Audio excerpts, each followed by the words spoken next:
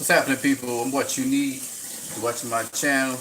And if you guys like what you're seeing, don't forget you can like, share, subscribe, comment, and donate via Western Union or MoneyGram. We're going to talk about the topics that you see there and some more.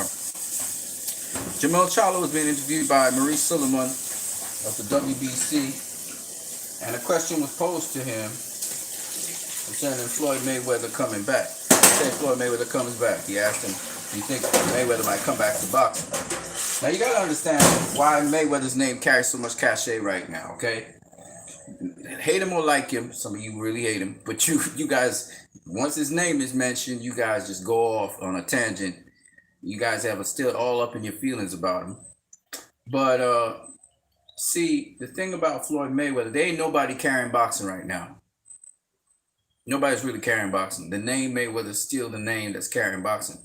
It'll soon change, but he's carrying boxing still to this day. He's been retired now. Let's see, he's been retired since 2017. So for 3 years straight, this man ain't been in a professional boxing fight or professional boxing match, and his name carries that cachet. Okay. Now, the thing about it is, the establishment is trying, or certain people in the establishment, let's put it that way, are trying to deny Floyd Mayweather the greatness that he is. And we got normal fans now that go along with that, not understanding, the cachet of Floyd Mayweather. And it was really something refreshing to see Oscar De La Hoya give credit where credit was due with Floyd. With a previous interview with the WBC. So I keep on talking about Floyd Mayweather a lot because that's just what it is. His name keeps on popping up in the media anyway. You cannot escape his name. You cannot not only escape it in boxing, but you can't escape it outside of boxing. His name carries a lot of cachet with it. And it's because of the kind of fighter he is. Okay. Mayweather he has always been a special kind of fighter. So when I heard Oscar De La Hoya give Floyd his props as was due, because a lot of people are trying to escape that name, they're trying not to mention that name in the sport. You will notice that in the establishment itself, that name carries so much clout that even though they're trying to literally blackball Floyd out of history of boxing, which is not possible. Right, and the more fans begin to realize how deeply skilled this guy was in boxing, and the more they begin to realize what he has done for boxing and how he's carried the landscape of boxing forward, not just commercially, but on a whole other level, is a reason why this name is not going away anytime soon. But I was speaking, in the interview that Mauricio Suleiman had with Charlo. He asked if he thinks Mayweather's coming back. He said, if Mayweather comes back, I'm the first guy he got to go see. He gonna have to come see me. Now let me tell you why Floyd Mayweather is so popular. Why that name carries so much cachet. It's the same thing Ryan Garcia said. If he had to face anybody in boxing today, it would be Floyd Mayweather. There's a number of different reasons. But one of the reasons is, if Mayweather has any fight, any kind of fight, if he ever even does boxing again, if he comes back, we all know his name carries so much cachet. He's got the most powerful name in boxing ever. His name carries so much weight financially that every single boxer, they're not going to hesitate to say, who would you want to face? A boxer, not fan. Who would you want to face in boxing today? Who's the guy you want to face? A former boxer. And they'll all say Floyd Mayweather. They'll all say his name, because his name not just carries the cachet of the resume of fighters he's beaten of his era, but his name also carries weight in terms of financials. He is the epitome of what you want with a big, not just fight, but a big event that comes with the fight. So it's not surprising when you hear these younger boxers say, who would you want to face? Lomachenko said he would want to face Floyd Mayweather. Ryan Garcia said he would want to face Floyd Mayweather. Charlo said he would want to face Floyd Mayweather. Terrence Crawford called out Floyd Mayweather, right? Keith Thurman called out Floyd Mayweather, right? Errol Spence said what he would want if he had to face Floyd Mayweather, what he would do. These younger fighters are always going to call his name because, one, the cachet that comes with the name, and two, the popularity, the legacy, the money that comes with that name. Okay, so that's a name that carries value. You say Floyd Mayweather in this era, even though his era is over, he is done. You say the name Floyd Mayweather, and that name carries so much cachet with it. It's just what it is. Manny Pacquiao's name don't carry that kind of cachet. Okay, Sugar Ray Robinson, Muhammad Ali, great names, but they don't carry that kind of cachet for two major reasons. When we think of Manny Pacquiao, he's still fighting in this era, but that O has some value. That O on Floyd Mayweather's record has never been defeated by anyone. Not only has he not been defeated, but then when we look in the wins column, all we see is wins. He ain't got no draws.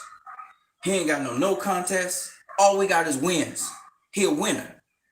So, of course, the next generation having all that vitality, energy, athleticism, skill, of course, they would love to challenge that and see if an old horse like that could beat the new breed. So, of course, the new breed would be chomping at the bit to get at that. Okay? Not just to take away his O, but to take away his winning streak. If they could even get a draw, just to take away his winning ways. That's what the new breed, of course, they'd be chomping at the bit for that. Who wouldn't? Right? If given the opportunity, absolutely. So Jermell Charlo said he would have to come see me, but he knows I would be a tough fight for him. And I thought about it. Everybody talks about Erislandy Lara being a tough fight for Floyd, but Jermell Charlo can box. Jermell Charlo actually comes from a boxing background. Jermell Charlo is bigger than Floyd, stronger than Floyd, not as good a boxer as Floyd, but some of the principles of Floyd utilized, Jermell Charlo utilized.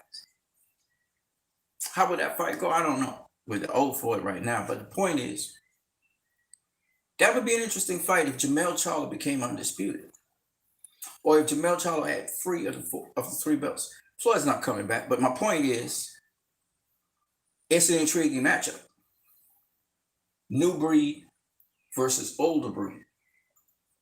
You know, because we're talking about Floyd being in shape and doing this thing at 43 years old, unheard of. Okay, Manny Pacquiao right now, 41 years old, world champion, unheard of. Okay, these guys got incredible legacies. Period.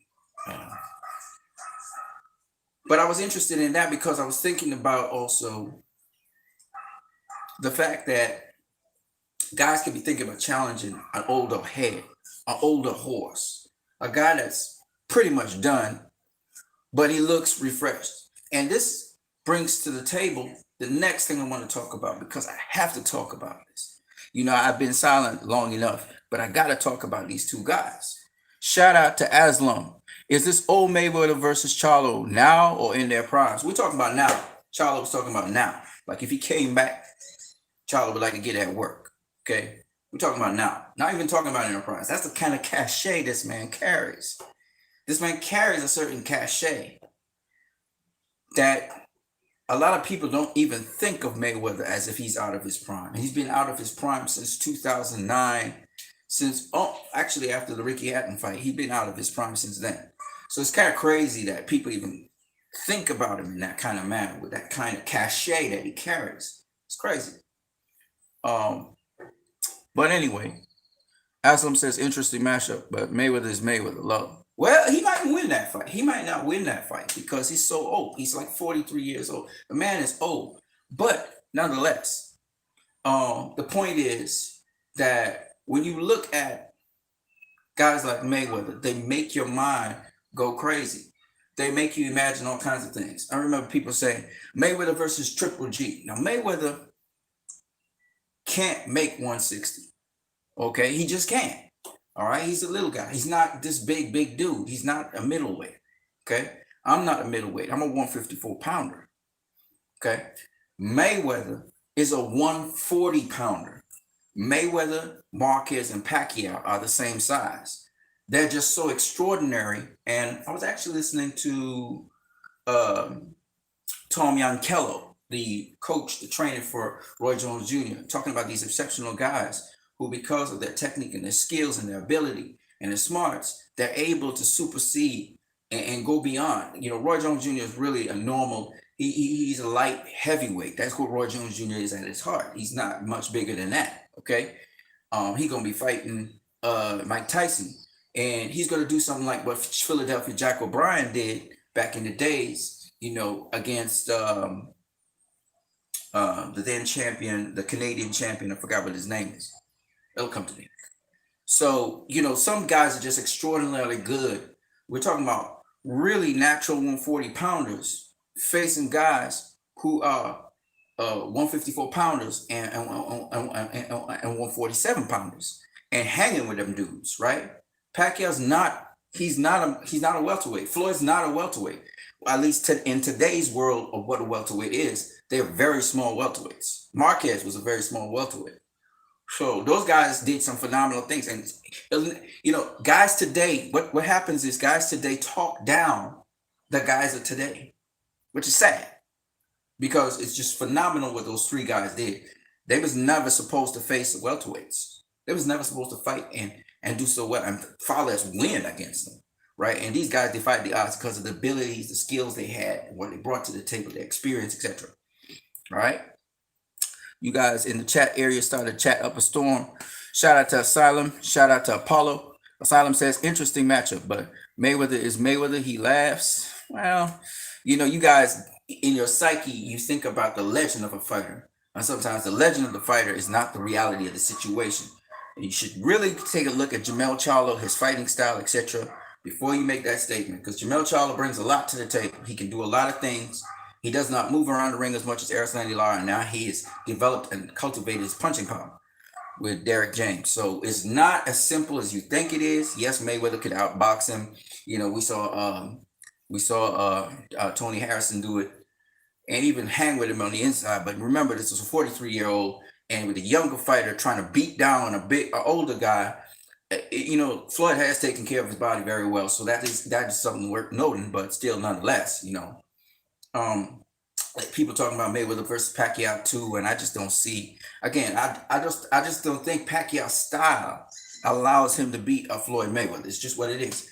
It's not that Pacquiao is not a great fighter. It's just that Mayweather's gathered that data on Pacquiao a while ago, and that's just what it is. Floyd don't throw as much as Pretty Boy Floyd. You know, if we could have seen Pretty Boy Floyd in there, it would be like a dominant mismatch. He'd probably even stop Pacquiao. But we're never going to see Pretty Boy Floyd again. It's not going to happen, right? His hands are debilitated too much. His arms are debilitated too much. He's old. You're not going to see Pretty Boy Floyd ever again, you know. And a lot of people talk about Pretty Boy Floyd versus Sugar Ray Leonard. It would have been a different story. I say that even Money Man would have beaten Sugar Ray Leonard. And I break it down again in terms of boxing. We will talk about that some other time. Because, you know, the older heads, they will always say one thing. And, you know, I was listening to an older head too, Buddy McGirt, saying that, you know, he thinks a 50-50 fight with Pacquiao versus Mayweather. I get where he's coming from. But Mayweather got that data in there. He got that data on Pacquiao now. He knows what his style is. He knows what he does. So he would know how to handle Pacquiao accordingly. So it's data has a lot to do with it. And then they both old. It's like Roy versus Mike Tyson. A lot of people are thinking Mike Tyson's going to beat Roy. But as Tom Yankello said, you know, a lot of people not factoring in a lot of data. You know, Roy's been busier. You know, Tyson's been sparring and stuff, but that's not enough. When you get in the ring, then they want to do, I'm hearing 12-ounce gloves, no headgear. You know, Roy's going to be hyper. You know, Roy's going to take up his game in a whole other different kind of way because he's motivated to face Mike Tyson to start with. The footwork of Roy is just better than the footwork of Mike Tyson. Mike Tyson comes forward only. Roy can do so many different things, fight backwards, forwards, whatever, slip, counter, roll under. You know, he's slippery. And then Roy's a guy who hits and doesn't get hit. You know, Mayweather's style is Roy's style. He's a hit and not get hit kind of fighter, right? Mike Tyson, when he was in his prime, did a lot more lateral movement and really swiveled and all of that shit. And he was really good at, his peekaboo style. As he got older, he would just stay right in front of the jab, get below it, and he wasn't really doing as much lateral movement. And, 54-year-old can't maintain that kind of movement and that energy for 8 rounds. It's just not going to happen. And there's ways to offset that, because even if, Tyson, even though he bows him weak, he can come off the back foot and pivot and pivot with you, right? But if all you're doing is stepping back, right, and try to keep him at bay, you're gonna be in problems. But if you step back, step into him, you're changing distance, you're going down low with him as he goes down low, and different other little things that Roy does, you can have control and command and actually control him, right? So there's a lot I could say about that. Like, people talk about Tyson versus Floyd. Come on now.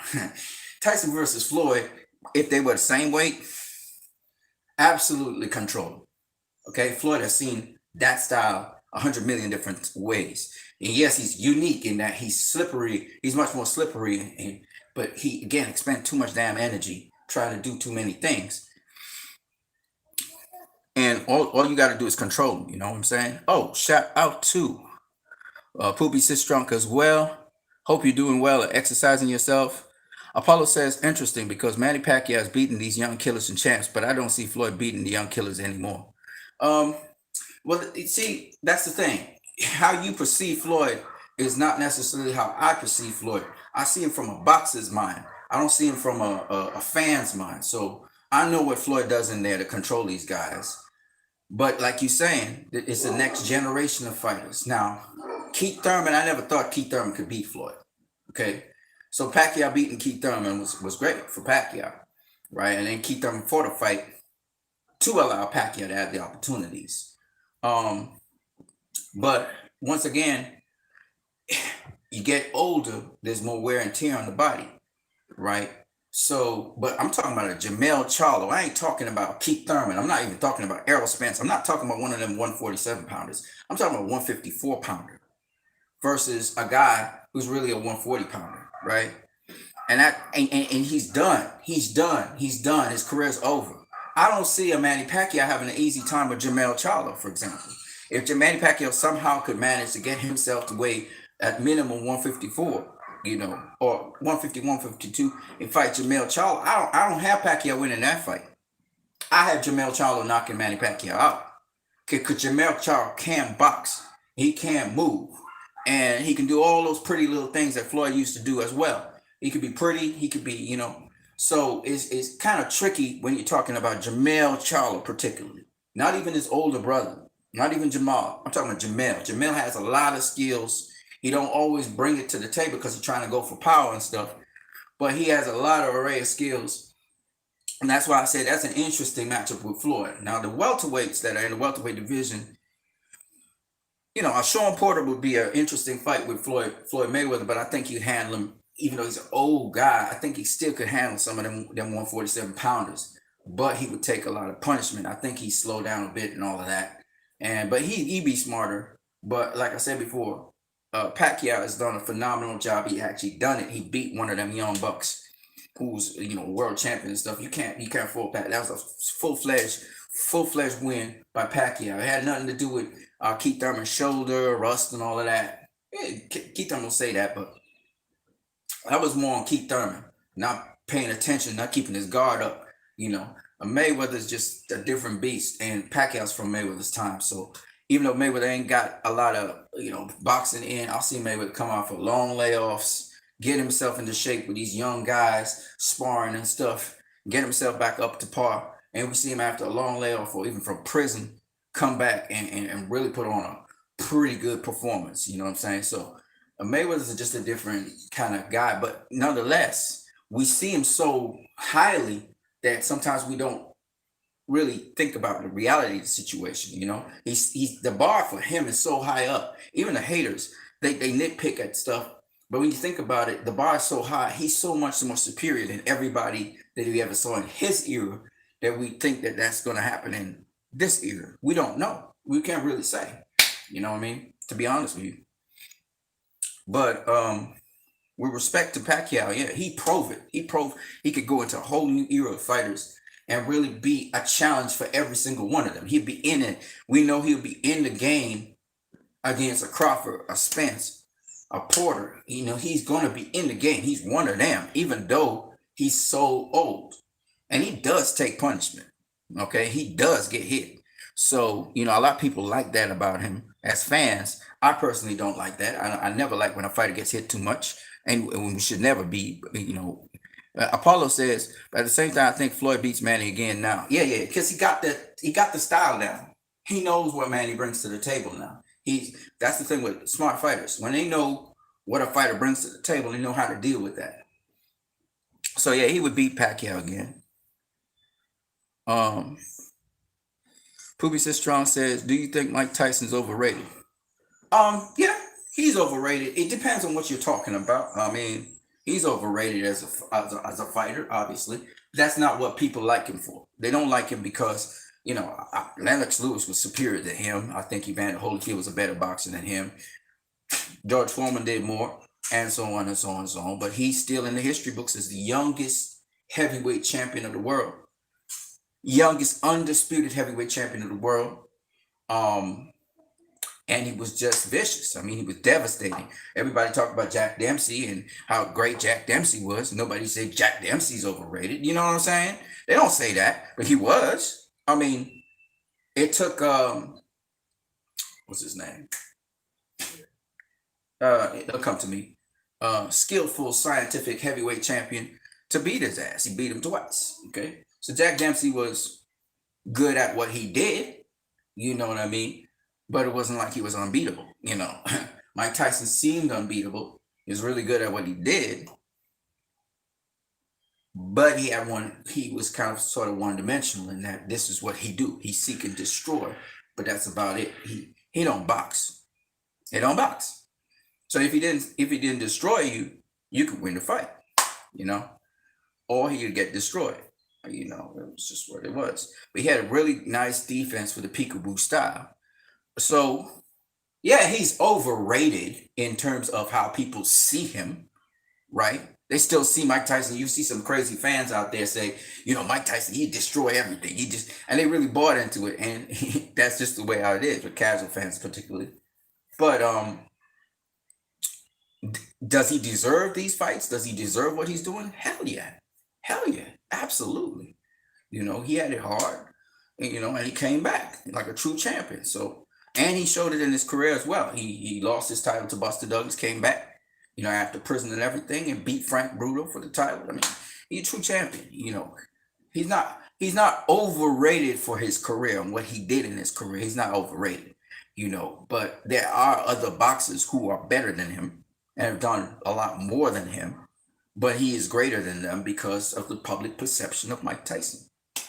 So that's how he's overrated. Like people rate him higher than he really is. You get what I'm saying?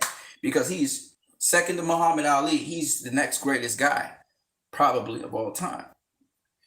That's why I say I don't really put too much into greatness when they talk about the greatest of all time and all of that. Because people, sometimes fans value greatness in a different way to how a boxing mindset person or person from a boxing perspective might see greatness. So it's kind of based on opinion. So they talk about great fights and when I look at some of the great fights, like they just recently there on YouTube, they highlighted Thomas Hearns versus Marvin Hagler. That's a great fight for Hagler. It was a fight that worked for Hagler. You know what I'm saying? That was a fight that you could say that Marvin Hagler fought a great fight. You could say that Marvin Hagler had a good fight because that's what Marvin Hagler was able to do what he wanted to do because that was his kind of fight, right? Thomas Hearns fought a stupid fight. When we think of Arturo Gatti versus Mickey Ward, it was a great fight for Mickey Ward.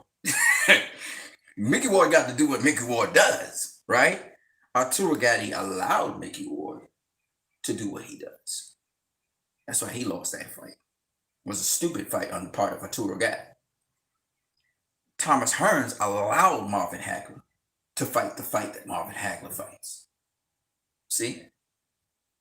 So it was a stupid fight on Thomas Hearns' part.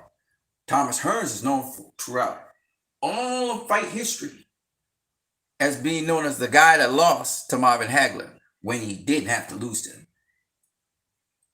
Sugar Ray Leonard versus Roberto Duran. Sugar Ray Leonard fought a stupid fight.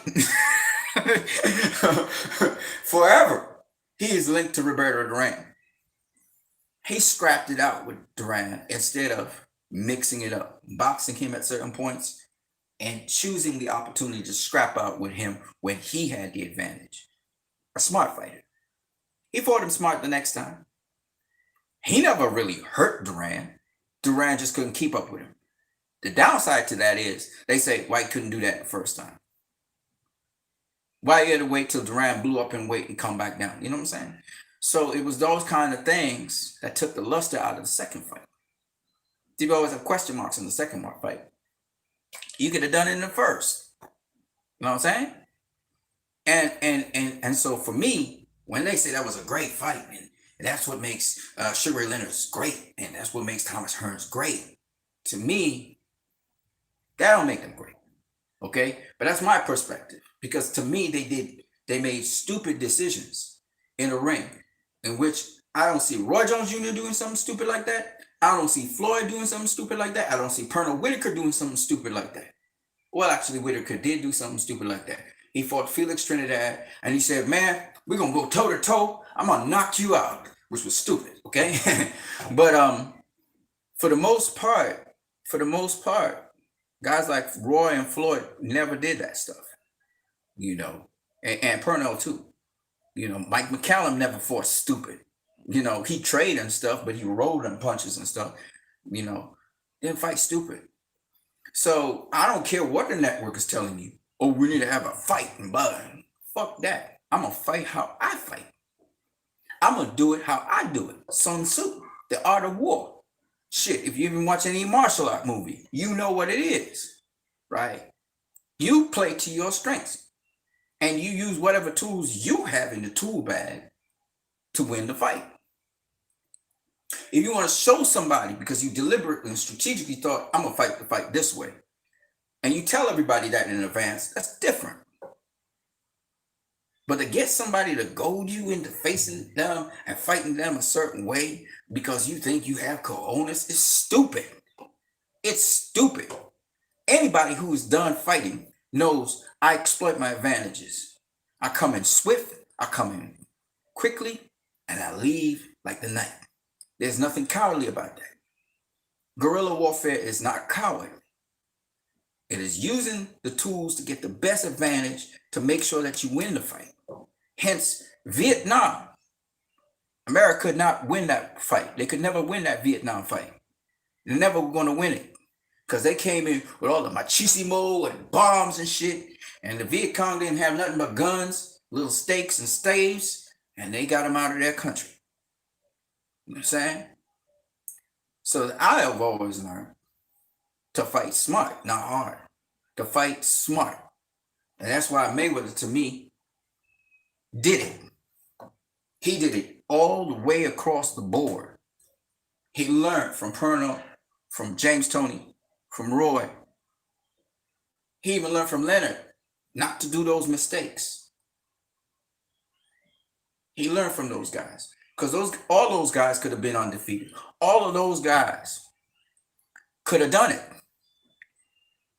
Because they had what it takes. They had all the ingredients that it took to do it.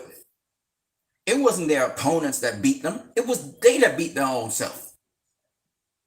They could have done it. Okay? So, you know, Floyd ended up doing it. And then I hear these people say, oh, well, you know, it's easy to become undefeated. No, it's not easy to become undefeated. Not for a black person. What Floyd did is so incredibly incredible. You look at Rocky Marciano's career, and you look at Floyd's career, it's totally different careers. You look at, well, forget Floyd for a minute. Rocky Marciano and Joe Louis's career. Look at Joe Louis's career. That'll tell you everything you need to know. But Joe Louis lived in an era and in a time where you still exploited. And they goaded him into one more fight, one more fight, one more fight. He retired. He came back, and that's how he lost to Ezra Charles. He retired. But the IRS was on his ass. See, the whole game. You got to look at the whole game. How they get you. How they get you. But they couldn't get Floyd. That's why they vexed that Floyd passed Rocky Marciano's record, facing Conor McGregor, making so much money in the process of doing that. They mad at him. They mad at him. People live it. Oh, that counted as a win. Listen, man. Listen. Listen, he beat the system. He beat it. He didn't just beat the fighters in the ring. He beat the system. And they don't like that. That he could do it all. He could beat the system. He could beat the fighters. They didn't like that. You see? So they tried to package him. Oh, he was just a businessman and he cherry picked. Oh, no, hell no. Them motherfuckers was running from him. And they know that. He was coming to get them. And he wanted to get them. Each and every one of them. And he was going to play it fair. He do his shit talking, but at the end of the day, he was going to play it fair. And they try to wag Pacquiao over him. Oh, he a ducker. Look how he ducking Pacquiao. Look how he ducking. I know what it was. We know the game. We understand. They got Roy on a technicality with Montel Griffin. On a technicality, they got him. And they made a whole hullabaloo. Oh, it's the worst thing ever. Blah, blah, blah. That's how they got Roy. I never forgot that. Because nobody could beat Roy. Nobody could beat Roy. And we all know this. Nobody in that ring could beat Roy. And we know this. Nobody could beat Pernell Whitaker. Nobody could beat Pernell Whitaker. They caged out Mike McCallum. And he got beat by Columbia. But Mike McCallum was a hell of a fighter. And that's what they do. Guys like Ray Robinson. Guys like, I'm talking about new Ray Robinson. Guys like Carlos, the Mexican kid, Carlos Molina. You see Alexander Usyk? They want to cage his ass out too. That other kid, what's his name? They doing it to Terrence Crawford too. Demetrius Andre. All of them guys is like a Floyd Mayweather in the sense that they dangerous. Nobody want to fight them. They dangerous. They know they can win fights. But see, Floyd had the right team around him. This other guy. They don't come to me. Michael Hunter. Them boys dangerous. But see, they're not with the big promotional companies. I think Usyk just signed with Matchroom. But they're not really with the big promotional companies. You see, Lomachenko can fight. He managed to make it into the spotlight. He wasn't really a knockout artist. You know what I'm saying? But he really can box. Boy can box. Surprisingly, he's making it into the highlights, I guess because of skin color. You know, so that the ESPN's really pushing him because they're on an agenda with skin color. But that boy can fight. But he wasn't getting no spotlight when Triple G was knocking out everybody left, right, and center. They went with Triple G. See what I'm saying? But Triple G is not half the boxer that Lomachenko is. He's not even half the boxer that Lomachenko is. Or Alexander Usyk. Y'all got to understand the game. There's a game in there. Floyd managed to maneuver just right. Otherwise, they would have ISO'd Floyd out. Bob Arum would have him on the shelf just like how he have Terrence Crawford on the shelf. He pushing Lomachenko. Watch it now. He pushing Tyson Fury. He even have Teofimo Lopez. What's happening to Shakur Stevenson? I'm just asking.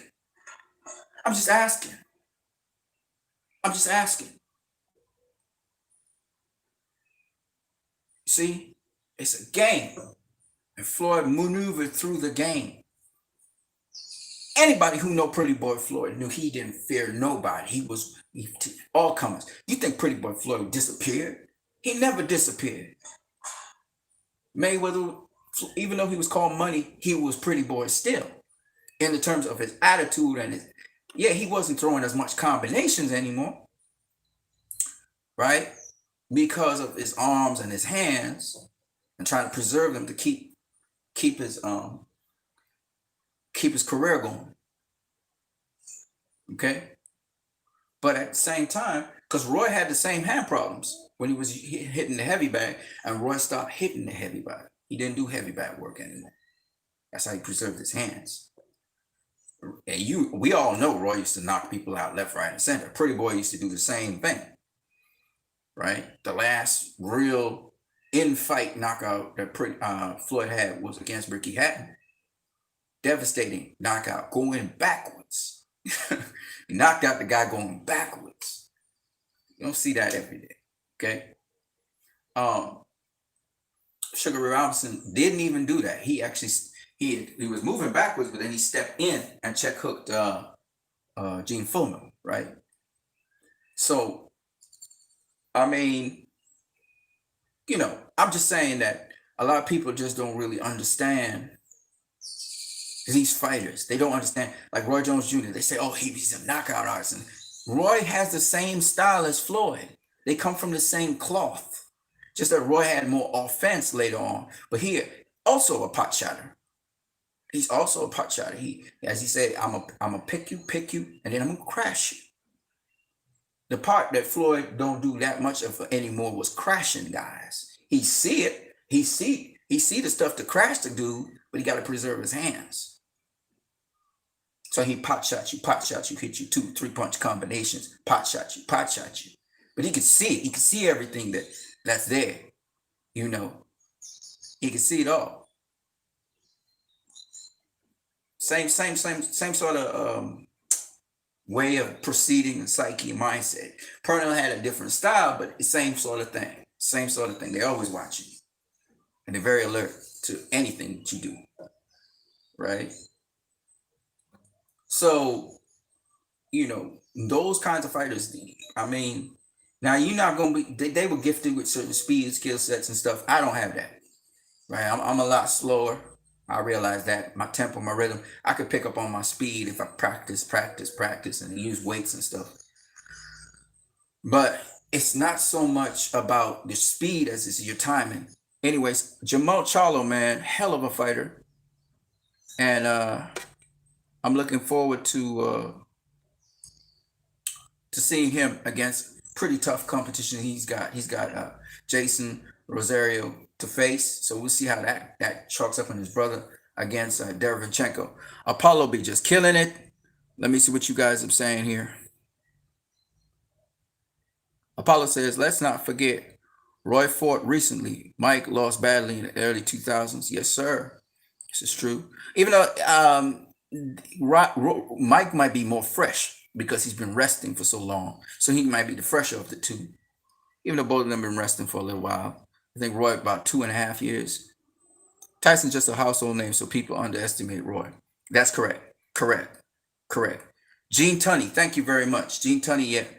Gene Tunney is the dude that beat Jack Dempsey. And don't get me wrong, Jack Dempsey was vicious. He was a killer. He was taking out bigger guys. But, you know, Apollo said, what do you think of Paulie Malignaggi's comments that got him fired from Showtime? Well, you know, if it looked like a duck and it squawks like a duck, it is a duck. So, you know, he was talking about superior species and just a lot of racist shit and he's been saying it for him since 2017. He's been saying this racist shit. So they fired him. And I think the black community said we're gonna support Showtime if you don't get rid of this dude. So they got rid of his ass. It's pretty much simple. It's really simple. And then Espinoza is always about equality for women in boxing and also for different people, like an equal playing field for all people in boxing. So I do agree with certain things that Paulie Malignaggi says on occasion, even though controversial. Well, on this one, I couldn't agree with him. He got fired for it. He didn't want to apologize or whatever it was, and he got fired, and he got a history of doing that. If Paulie was a guy that, and I think he's a pro-Trump supporter, which is, I ain't got a problem with that. That's your issue if you want to support Trump or not. I don't got an issue with that. But my thing is, don't expect people to hire you when you disrespecting some of the customers that are in that arena, and you saying some racist ass shit. And I don't care that you have good rapport with the boxers or not. You shouldn't be saying that on television. Your personal views on things is okay, and you can be outspoken, but just understand the consequences to that. Being outspoken on that. Floyd been, the community of people have been in on Floyd for saying certain things, and even Devin Haney had to apologize for certain things he said. So if Paulie Malignaggi is above that and he doesn't want to apologize for shit, he just ain't got a job at Showtime. Maybe you get one at BT. Maybe you get one in one of the European countries that you so support. The European fighters. He's saying it's superior and it's training of the guard and all that, which is inaccurate, but it is what it is. Paulie's a good commentator. I really appreciate his commentary on boxing. Of late, he's been saying some stupid ass shit, but for the most part, he been, like he's saying that, the glove gate is nonsense or whatever, and he's not really looking into the matter, or he chooses not to look into the matter, whatever, or he chooses to misrepresent it. But at the end of the day, I'm not really cool on Paulie picking sides, and trying to, put down other fighters and shit like that. Don't do that. You're a fighter too. You know what it is to come up being a fighter. You did a good job. I even defended him in terms of it being a two world champion, two divisional, two-time world champion. Good for him. You know what I'm saying? You lost to lost a bare knuckle boxing brawl to a guy that was an MMA fighter. He wasn't even a boxer.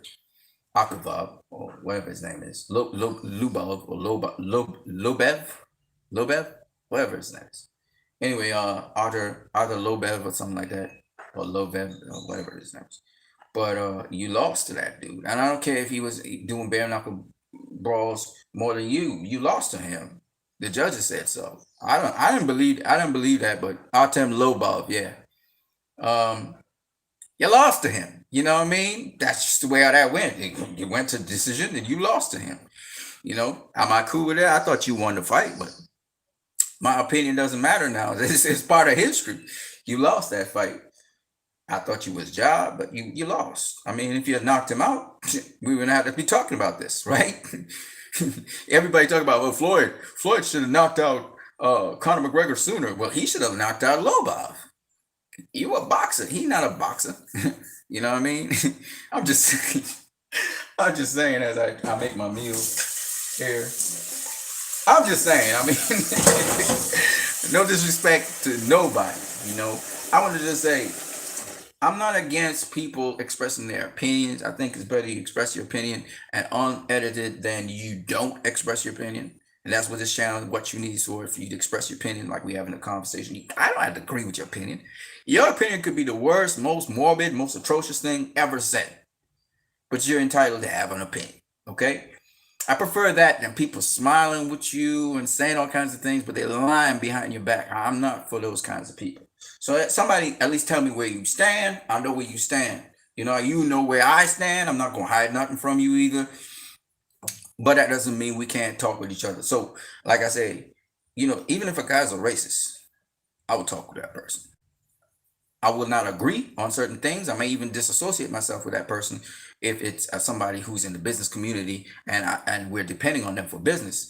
But I'm gonna talk with everybody, man, because when we communicate with one another, we get to see the other person's point of view or not, and it at least involves conversation. Conversation can only lead to something good if people keep on talking, and it's all about humanity at the end of the day. And everybody's looking out for their best interest, but we're also looking out for the better of humanity, right? Because if humanity does well, then we do well and we get able to survive.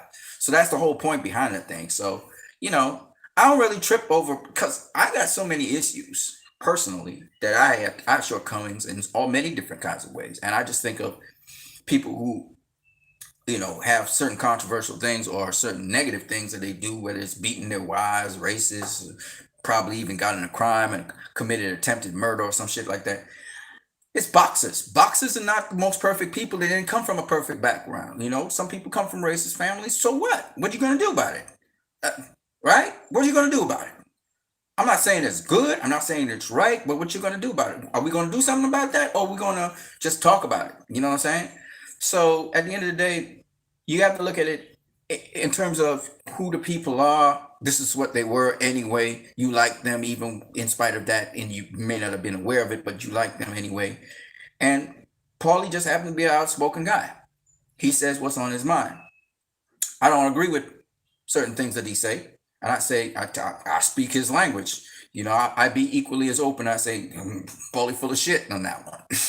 All right, now I listen to you on other things, but on that you talking shit right there. You know, and that's how I feel about his statements about what he said, commenting on Devin Haney. By the way, he did not really condemn Devin Haney, yet at the same time he threw a veiled threat at Devin Haney. You know, but I think he was full of shit on that, and I think he's full of shit in not wanting to apologize for saying certain very racist things, and that's all I'm saying. So if Showtime decided to fire him on that basis, well, that's a consequence of that. Shit, he not lacking for money. You know what I mean? It's not like you killed his bread or whatever. And who knows? He might get something on Sky. He might still keep a Sky contract. So what does it matter? You know. But with respect to him, you know, he's unapologetic about who he is, and that's the way that goes. I mean, I'm sure if he sees the nonsense in what he'd been saying, he'll probably say, you know what, I changed my opinion on that. He's free to do that too, if he so chooses. So I mean, I'm not gonna go all in on Paulie all the time, but I'm gonna say this: you say racist shit like that, don't expect me to support that or defend it. I'm not gonna defend that shit. I'm just not gonna defend it, you know. Sergey Sokolov, shout out to Sergey Sokolov from I believe you're from Eastern Europe with a name like that. But again, shout out to the Eastern European fighters. See, this is the thing. Even though he didn't say something accurate necessarily, doesn't mean that Eastern Europeans seeing them inside of boxing representing on the highest stage is a bad thing. I just talked about Alexander Usyk, Ruslan Provatnikov, who we haven't seen a lot about recently. Um, I mean, we got guys from Uzbekistan rolling up in there. I like it. I like it. This is the way it should be. I've seen guys, and we got some younger guys coming from Eastern Europe. Man, them boys is killers, and some of them are just skilled. So you know, I remember one of my favorite fighters. He had to leave boxing. He was in the middleweight division. I wanted to see him versus Triple G, as well as some other guys. Up in the top was shit, I forgot his name. He had a slip disc, and so he had to get out of boxing. He beat Danny Jacobs. I mean, he beat Danny Jacobs. I mean, he totally beat him. You know, it's confusing the daylights out of Danny Jacobs. Danny Jacobs didn't know what to make of him. I forgot what his name is, but it'll come to me sometime. Love that guy. Skilled fighter. And he wasn't really a knockout artist. Dmitry Pirog, yeah. You know who's another one of my favorites? Dmitry Bivol. I like Bivol. He got limits, but I like him. I really like him as a boxer, and he's not even a light heavyweight. I really like Bivol. You know, there's some guys that just don't get to shine like everybody else. And like I said before, they're dangerous guys, really. People don't realize how dangerous they really are because they get that W. They get that W and they get it. They smart. They're smart fighters. I like guys like that.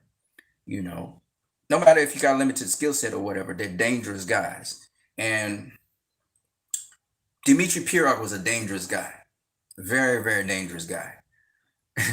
Boy had some skills. Okay.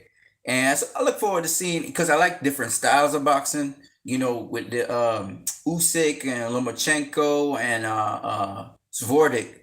They have that, you know, busy foot style, and they use their footwork and their hands and their positioning, body positioning, to get you out of position to get where they need to go. But a guy like Dmitry Pirog was just different, man. He just such a slick, and he had the upper body movement, he had the footwork, he had everything, you know. Bivol's kind of like Usyk in there as well. but I like how he uses his jab, and he's got more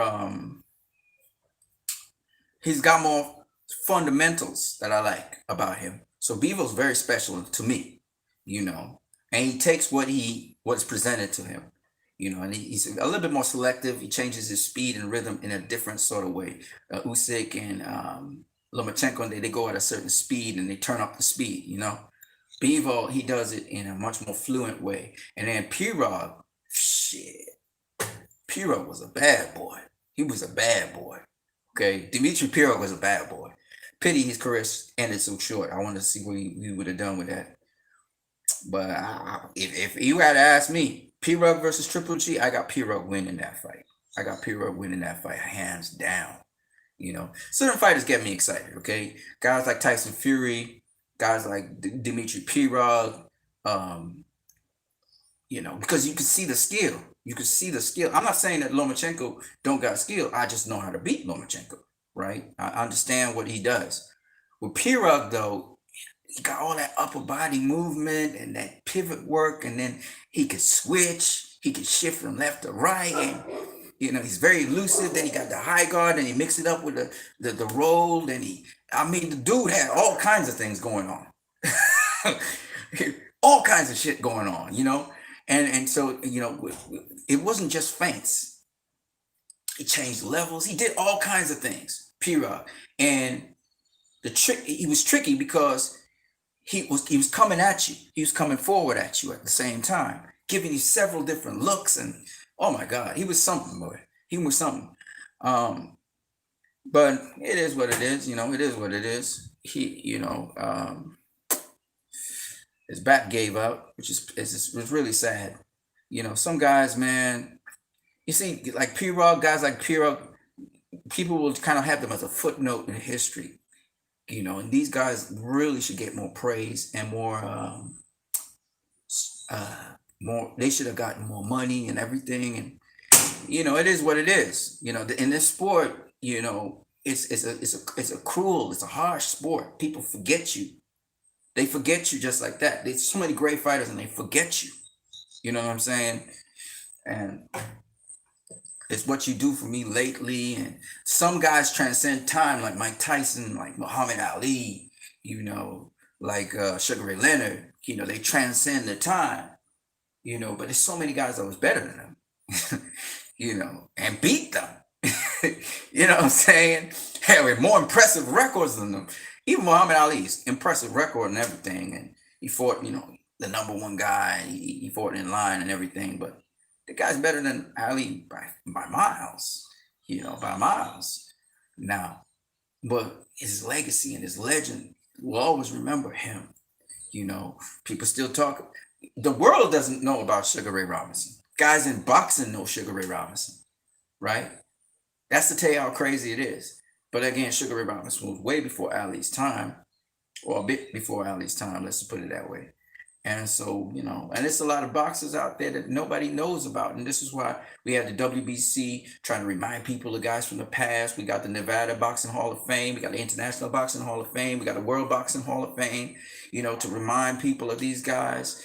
But if you haven't delved into boxing and you're just a casual fan, you know nothing about them. You know Mayweather, Pacquiao, Tyson, Jones right now because they're relevant, and Muhammad Ali. That's probably all you know about boxing. You know what I'm saying? It's sad because these guys, a lot of these guys, you know, Emil Griffith, you know, you can name Jose Napolis, you know, I'm just talking a couple of welterweights here. You know, what's his kid name? Oh shit, that Henry Armstrong beat. I forgot what his name is. You know, the man was welterweight and junior welterweight champion. It'll come to me. It'll come to me. There's McFarlane as well. You know, just so many great fighters, man. You know, and sad because you know they put these lists of the greatest fighters of all time, and people look at those guys, not understanding how many phenomenal boxers came through history. You know, Jared Hurd, 198 centimeter reach, 182 height in super welterweight, but this guy looks like a cruiserweight. Just look at his muscle. What do you think about him? He's a big super welterweight. He probably walks around 190 something, all right, without boxing. But he brings himself down to 154. I walk around 175.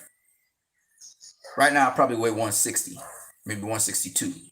Okay, I get down to 154. Okay, so I would be the typical super welterweight. Typical super welterweight walk on 175, 173, 172. Okay, on fight night to come out somewhere around there. Jarrett Hurd probably comes into the fight 178, 180. If he had the IBF title, he'd have to come in 164. Okay, he had to come in 164. So Jarrett Hurd is a huge super welterweight. Very, very big. And that's what makes him so strong. But most super welterweights, come around 175, 170 something, Charlos are big too. Charlos are big.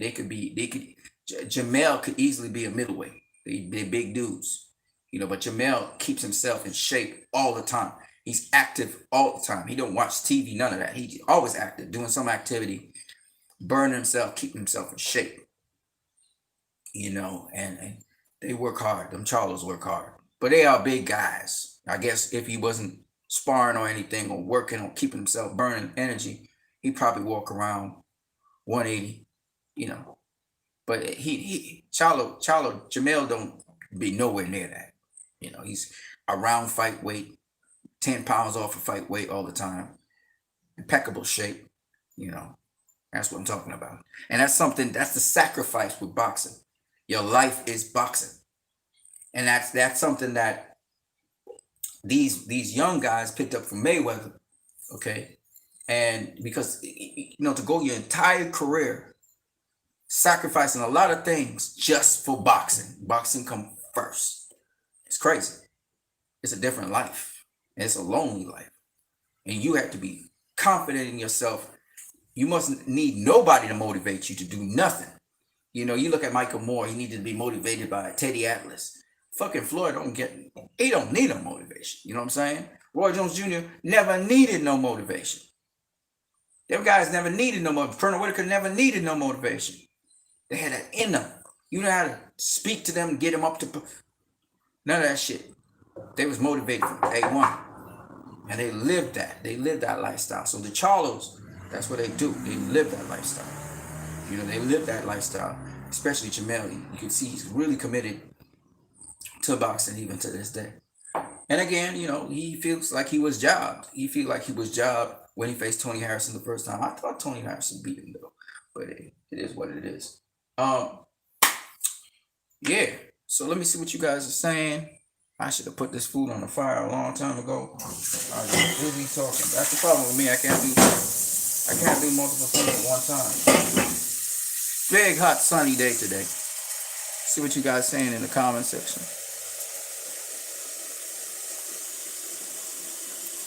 Sergey Sokolov says, I saw how he stood against Lara. He really be a lot bigger than Lara. Yeah. And Lara's trying to trade with him and work on the inside. Apollo says, Artem Lobov. Yeah. Paulie out boxing, but it's bare knuckles, so they just pick Artem for aggression. Yeah, but Artem did bust his face up, though, with some punches, right? It's bare knuckles, so it'll always look. Sergey Sokolov says, you're from Russia. What part of Russia, man? Sergey Sokolov says, Dmitry Pirog. Yeah, man. Apollo says, sad that Pirog's career got cut short. Great boxer. Man, it was phenomenal. Apollo says Pirog took inspiration from American fighters. That's why he looks a bit like Floyd at times. Yeah, he said Floyd and Sugar Ray Leonard. Yeah, he had it all, man. He had it all. But it is what it is. You know what I'm saying? I'm not saying he had it like refined and sharp and chiseled, but I guess as he would have continued his career, I guess he would have gotten sharper and everything. But it is what it is, it's boxing, and that's one of the things about boxing. Some guys who should get you. Anybody knows Mark Too Sharp Johnson? Y'all guys know who that is? Mark Too Sharp Johnson. It's a flyweight. Super flyweight. think he went up to Superfly. You know, that man can hardly be touched in his career, man. What do you think of British boxing style? Lots of UK fighters. Hold on. A lot of UK fighters, but not many make it to the top level. But I think they're good at basics. Well, see, UK fighters don't really have a style. They're kind of like they're kind of like American fighters or fighters from different parts of the world. They don't really have a style. Once upon a time, they used to have the European style where they stand up and straight erect posture and that kind of thing. But they don't. Now the younger UK fighters, they're brawlers, they're maulers, they're all kinds of things. What I like about them though is their fans. The UK fans have a better knowledge of boxing and appreciation of boxing than the American fans. The American fans have been messed up by MMA, and all they care about is action, action, action. Whereas UK fans are more appreciative of a guy that can box you, that can use the sweet science and not get hit, and they can also break down fights a lot better. So they have I find the fans, particularly of the UK, have a better understanding of boxing than American fans. I also find that UK fans are not as tribal as American fans are or Mexican fans are. So even though they would represent like their countrymen, so if a UK guy is going to do something, all the UK fans back up that guy, right? Mostly. But even though they're like that, they acknowledge the strengths and flaws of the boxer, and also they acknowledge the strengths and flaws of the opponent. So they're probably going to give you a much more honest perspective on who won what fight, And so that's what I appreciate about them. And also their commentators actually do a better job, or used to do a better job than Jim Lampley and Larry Merchant used to do in calling fights and talking about the momentum and the swing of the fight and all of that. So I find they're more knowledgeable. Sometimes though, the commentators can be kissing ass of the guy who they're talking, who's the favorite though. I didn't like that. But like sometimes they would minimize what the other guy was doing, which I don't think was cool. But for the most part, they break it down though. And another thing that I liked about them is they always had a qualified boxer who they would go with what the boxer says and not so much what they as commentators would be saying. I always appreciated that about them.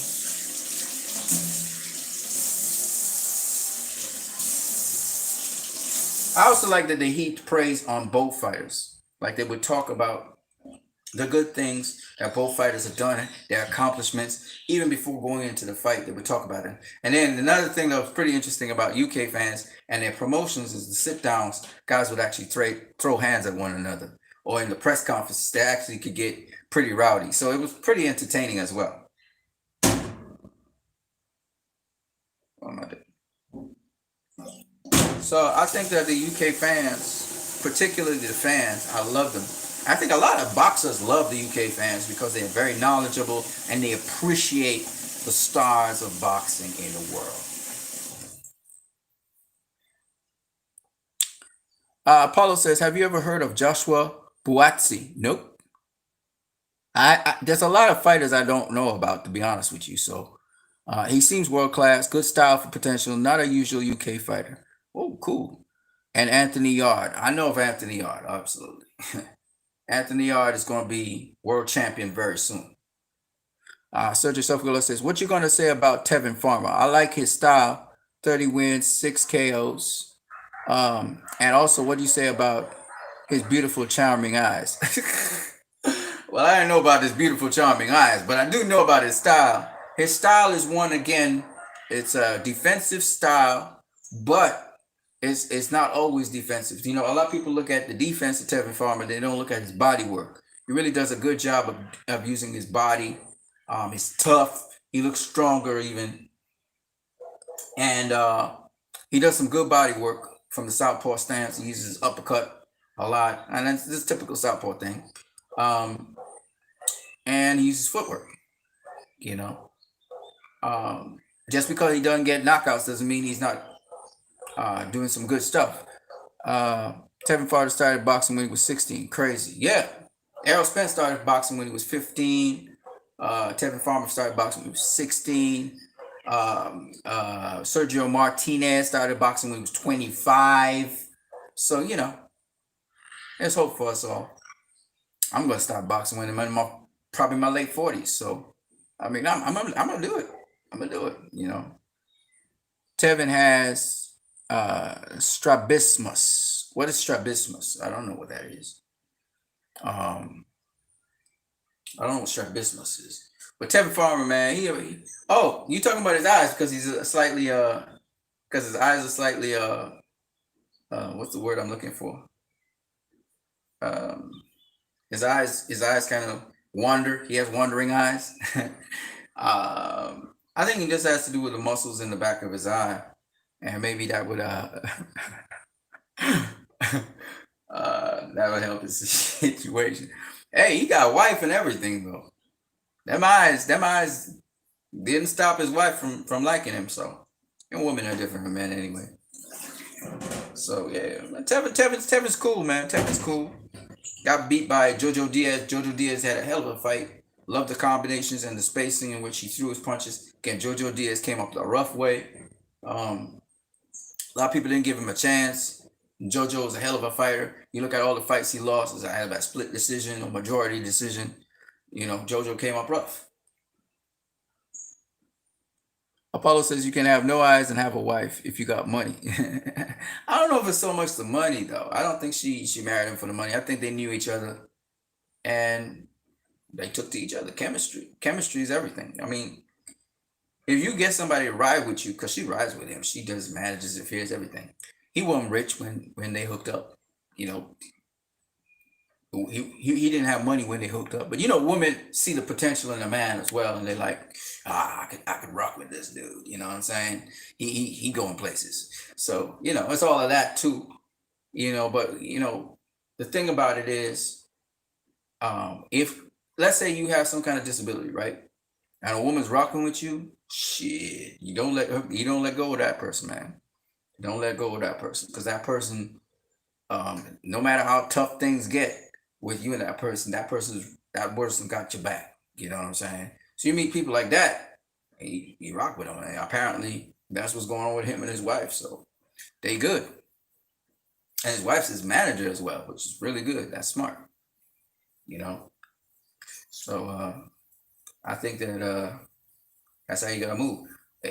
My family, my mom was the manager of everything. My dad was the guy that sort of implemented things. But even though they fought over who would manage what, in the end, his life was in her hands. You know what I mean? And you want somebody like that who got your back all the way to the end. And you just have to look at how they treat their parents as well. My mom took care of her mom to the very end. Her mom died in her hands. My mom died in my hands. I took care of my mom to the very end, and so on and so on. So, you want somebody to rock with you to the very end. That they with you to the end, They're gonna be there with you. You know what I'm saying? And so when you meet somebody like that, you definitely don't let him go. I think he has a wife like that. Now he got through medical commission. Well said. And what's your pound for pound list? My pound for pound. I really hold a pound for pound list. You mean today? Who's my pound for pound top three? Still Canelo at the top. Some people, I mean, you can switch it up. It's Canelo. I think it's Canelo. Canelo. I got Canelo.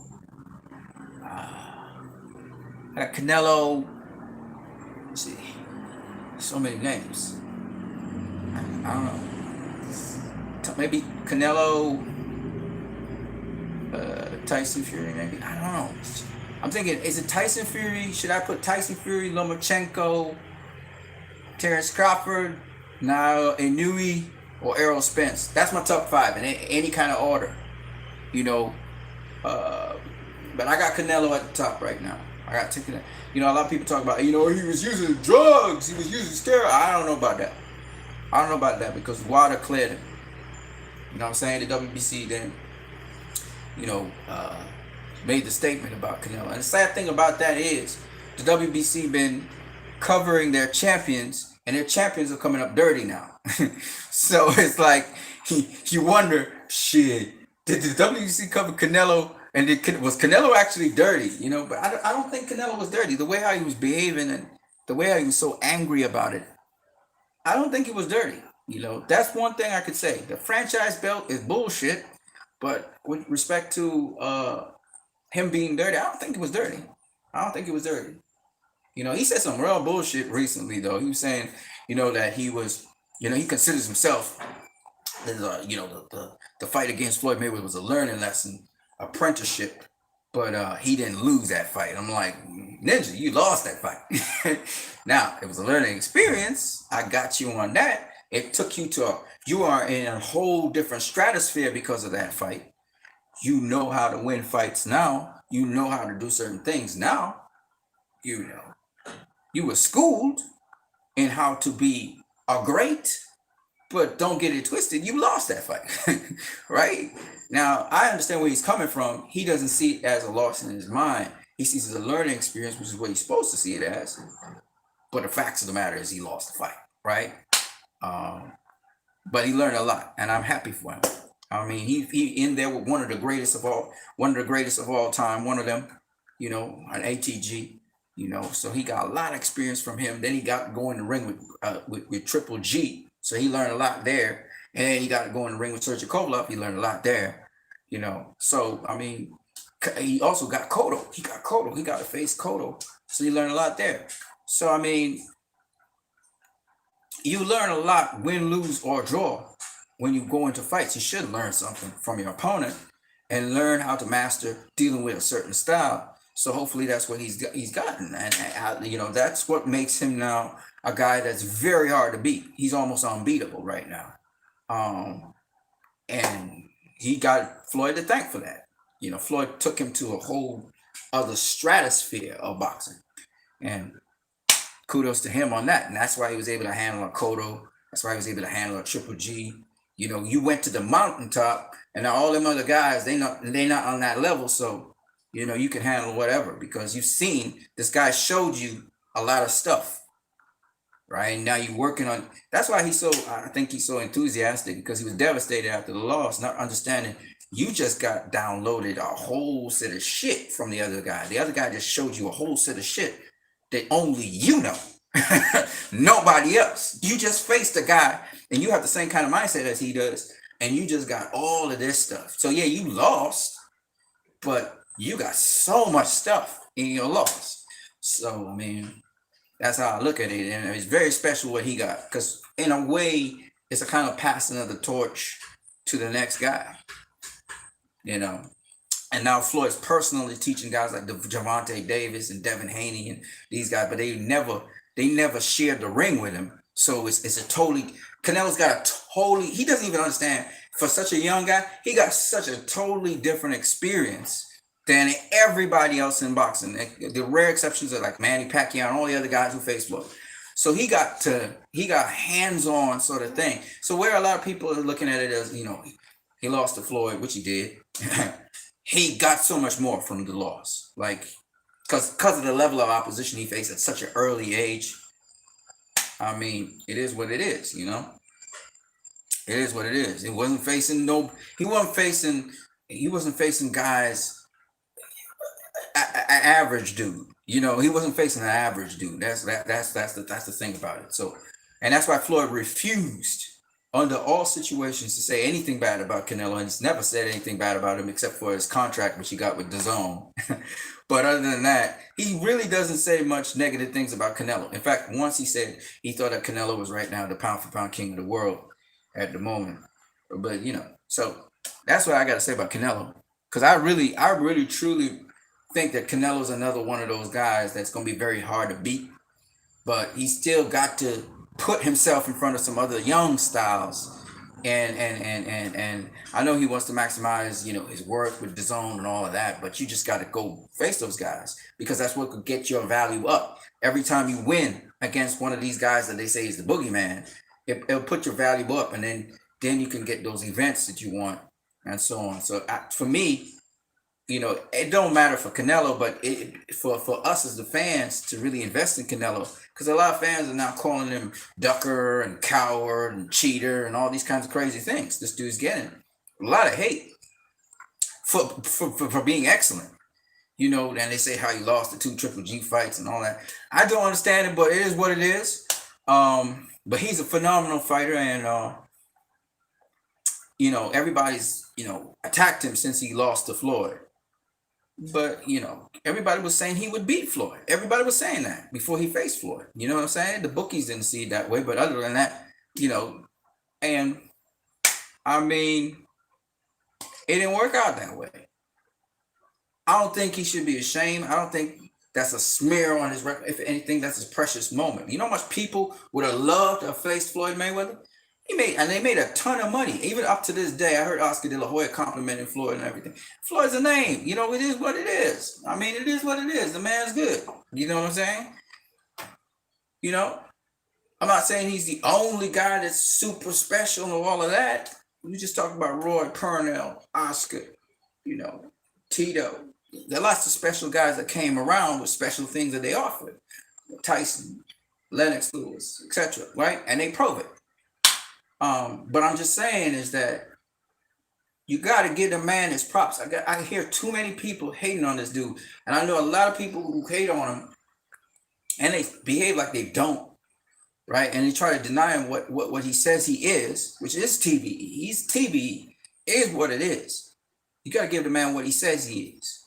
All right? You may not like that he's TBE. You may even like the style that he brings to the table. But you got to give him what it is.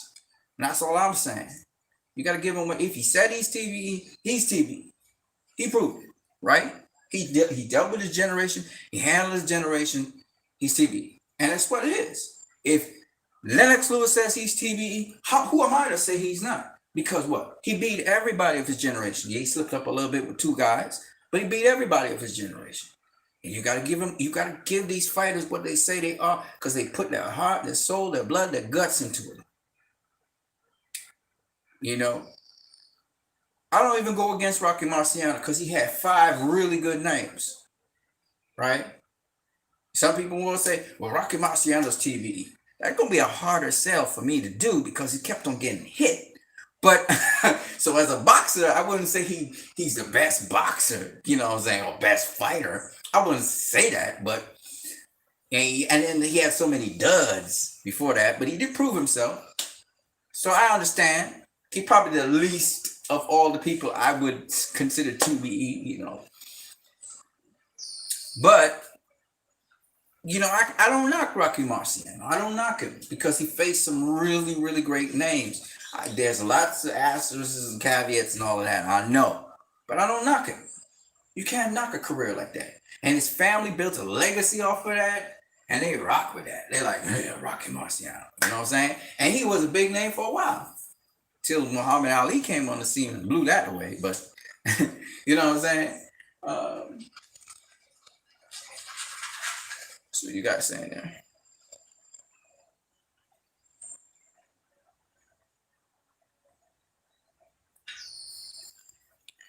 Canelo versus Tyson Fury, lol. Apollo, see, the fact that you would even say something like that, Apollo, shows how good Canelo is. You pairing up a super middleweight, right, with a heavyweight. You're doing the Roy Jones, James Toney thing. Or what Roy Jones is going to do with Mike Tyson. It's crazy what Roy Jones is going to do with Mike Tyson. You think of Canelo, you think of Roy Jones, you think the cachet of the name of Roy Jones, it doesn't match the cachet of Canelo, right? Canelo's got, but you know what's the weirdest thing? Canelo's on course to surpass Roy Jones Jr. in terms of fighting names and guys who are considered threats in his time. It's just so crazy. But whether he can make it all the way up to heavyweight, I don't know about that, especially with these heavyweights today. But Roy took it from 154 all the way up to heavyweight. That's nuts. Canelo gonna take it from 140, and he's going all the way up to light heavyweight, which is very impressive. Right? No fighter's really done that. Sugar Ray Leonard didn't quite do it because Canelo actually made the 140, the 175 limit, right? When he fought Sergey Kovalev. And he's probably going to campaign at light heavyweight again before his career is up. He might even move all the way up to cruiserweight, and given the right opponent, maybe Alexander Usyk or one of them guys, he might fight a heavyweight. And depending, and if the guy's the heavyweight champion of the world, he might fight one of those guys. So you never know. We're not ruling it out. His career is not over, and he's pretty young. He's like, what, 30 years old? He's only 30 years old, people. That's ridiculous. Man still got good 4 or 5 years if he wants to, or maybe longer on his record. So he's on course to becoming the greatest Mexican fighter ever. And I mean, we'll see. I don't know. I'm just kind of jumping the gun on it. I mean, Canelo, the sky's the limit with Canelo. So we'll see. But he got so much competition out there right now, and young guys. So I'm looking forward to seeing who he's going to face next and so on. And I'm looking at these young guys too. I want to see what David Benavidez does with Caleb Plant, because David Benavidez wants Caleb Plant, and Benavidez is improving more and more. You know what I'm saying? Apollo says Canelo 1, Canelo 2, Canelo 3. The way I was talking, probably. Apollo, you believe in Glovegate? You talk high of Tyson Fury, so just wondering. Glovegate, yes. I do believe that Tyson Fury cheated with his gloves in the first fight. And the second fight, yeah. He didn't cheat. It wasn't a direct cheat with the second fight. He was using a pair of gloves where you could tamper with them and remove the padding, and it was horsehair gloves. And the horsehair gloves now in boxing are banned from certain places and certain brands. But he went roundabout and used a European brand to use the particular gloves, which you can redistribute the padding in. So that's how it went. So that's what Tyson Fury did. That's how he, in a roundabout way, cheated, but it was still pretty much legal. But the first fight, he also had his gloves in such a manner that his fist was in his left hand in a certain portion of the glove. That was in the first fight. So he did cheat in the first fight as well. But you know, it's a cheat, but it's a tricky, cheeky cheat. You know what I'm saying? So yeah, I do believe in Glovegate. I do believe. Do I think there will be an investigation? Probably not. But I do think that they will face each other hopefully this year, because I'm hearing Tyson Fury talking about he didn't want to face his mandatory, and he don't want to face Deontay Wilder next or AJ. So I don't know what kind of fuckery he trying to do, but he better face one of them guys before the year is over.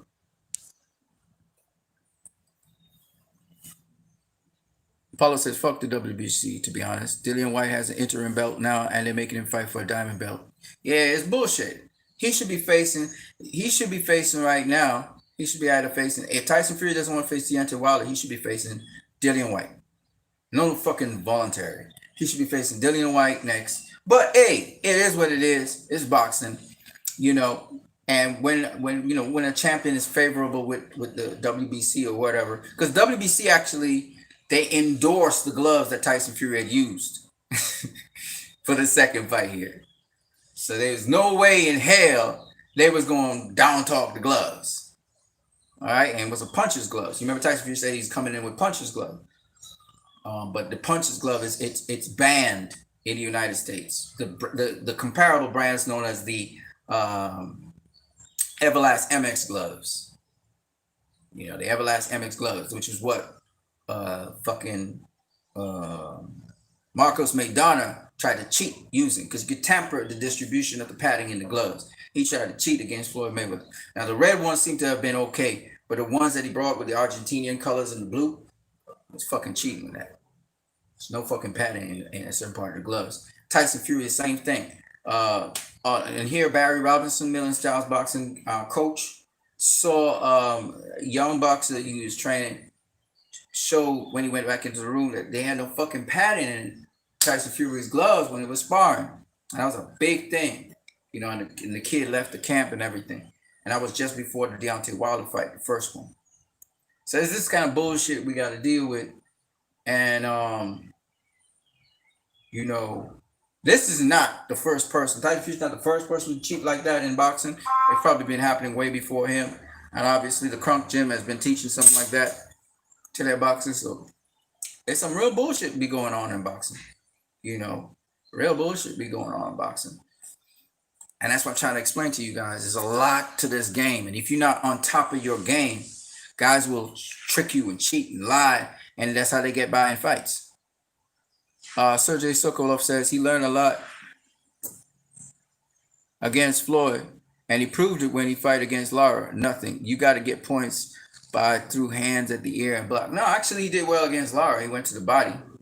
Went to the body religiously against Erislandy Lara. But Lara is a different style to Floyd. A lot of people feel they have the same style. They don't have the same style. Floyd stood in front of Canelo. He stood right in front of him, flat-footed, and was boxing him and moving his upper body. You see? Erislandy Lara was using his feet and moving all around the periphery of the ring. So Canelo had to actually come and catch him, come and get him. But that worked in Canelo's favor because Erislandy Lara wasn't coming to get Canelo. So he'd come go get him, counter punch him, land punches to the body. Floyd didn't get no busted eye. Floyd didn't get bang up to the body. Canelo could hardly touch Floyd, even though they ain't close. Hardly touch him. Lara, on the other hand, all Lara was doing was headshot.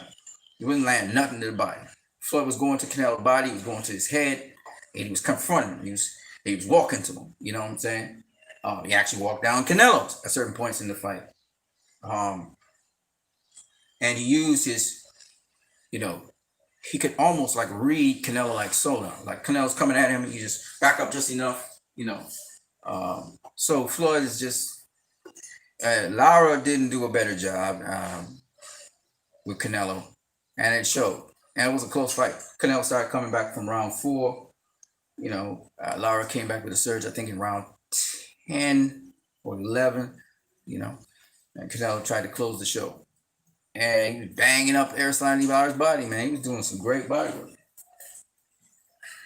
Great body work. I mean, Lara's an okay fighter, don't get me wrong. But I never really thought of him as, well, he's accomplished too, because he was the WBA champion at the time when Canelo faced him at catchweight 155, I think it was.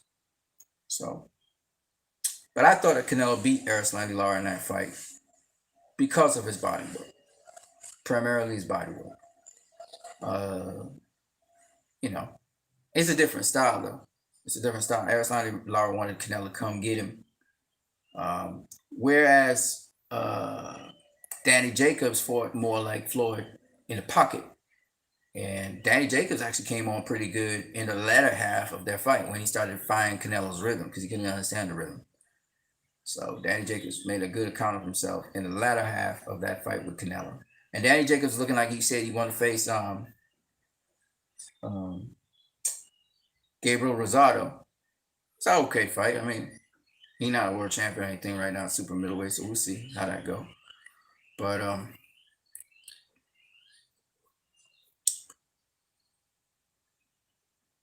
Sergey, not gay. Pubi Sishan says, who was Canelo's favorite boxer? I think he talked about like Sugar Ray Robinson, Sugar Ray Robinson. He talked about him.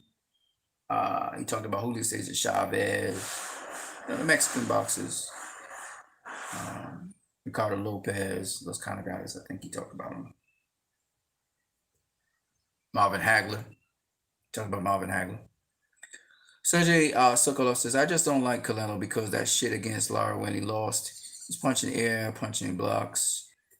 Lara scored a lot more points. You think? I care about that because too type of fighter who is caring about scoring. I mean, Lara did have some nice headshots, especially early in the fight. He was like bamboozling Canelo. He's just the speed, the sharpness, the accuracy. But as the fight went along, I mean, I could show you points where Erislandy Lara was running away from Canelo. Literally, he went for a jug and he ran across the ring after getting banged up to the body with those left hooks. And then I saw another point where he slipped in the corner because he was trying to avoid a punch of Canelo and he just fell down. Like, he was getting beat up. He was getting beat up and bad. He wasn't catching punches. He was getting beat up to the body. Canelo would faint as if he's going to throw a jab and he hook off the jab, or feint as if he's going to throw a lead right, and instead he throw the right to the body. And did a lot of things. Canelo can box, so But the body work, man, you can't ignore that body work. It was a lot of body work, and Lara didn't like it. That's why he was running away from him. Started moving very excessively at a certain point because he's trying to get away from the body work. I mean, I could show you it if you want to see it. Canelo took over the fight. It was a lot of body work going on. Lara would get his moments where he would sharpshoot him, hit him with the 1-2s. And again, I don't see no real flush 1-2s. I saw every now and then he catch him with a right hook, catch him with a right hook. But the lead left, he started missing the lead left later on in the fight. He was missing it. So I mean, it depends on how you see that fight. But me personally, I know Punch Stat said one particular story, but I interpret the Punch Stats differently to other people. But I personally thought he won the fight. I thought it was a close decision. I don't know what the fuck that judge who scored it so wide, 117, 111 for Canelo. I don't know what he was looking at. But other than that, I thought the scorecards reflected the fight. It was a close fight, and I thought Canelo won it. I think he also closed out the show better than Lara did, but that's just my personal opinion. The only boxer I don't like is Triple G because he's overhyped, but other than that, I don't really hate any boxers per se. Sergey Sokolov says 120 pounds, 180 height, reach, 178, very fucking bad. Okay. My enemy's like 170 tall or less. Fighting similar style like Klitschko mixed with Lara, jab, cross, left hook, clinch. I'm not too sure who this is. So I watch only on similar fighters like me. Okay. Klitschko used to clinch like crazy though. He used to really, I think he used to overdo it. Clinching is a strategy to smother opponent so you can turn the opponent. Clinching is not made in the center of the ring to clinch somebody and then press down your weight on them and do it all through the fight to keep a guy from coming on the inside. It's a good thing, but if you're doing, especially if you're doing the same clinch, you see, you can vary clinching. There are different kinds of clinches, but if you're doing the same clinch over and over again, it kind of says to the referee. And there's different ways to go into and stop the action. There's different ways to proceed so that you're not initiating a clinch. So it's always been a part of boxing, but some people use it as a major technique to stop the action. Like every 10, 15 seconds is a clinch. To me, that's something wrong there. If that's all you can do. So you can get warned or whatever. But if you're using it as a part of an all-around strategy and you vary it, you use it as an option, but not as a go-to, then it's okay. It's part of boxing. Right? So yeah, that's what I got with those guys. Hey, I would learn everything possible for every particular situation in the boxing ring.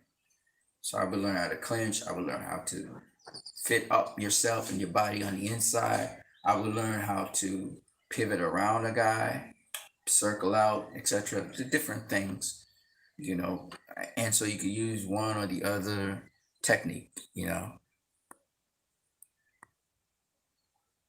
I think clinch is the main weapon used against, somebody coming in low. That's right. You want to put your weight down on them to keep them from coming up and butching you, hit you with a forearm or something. Yes.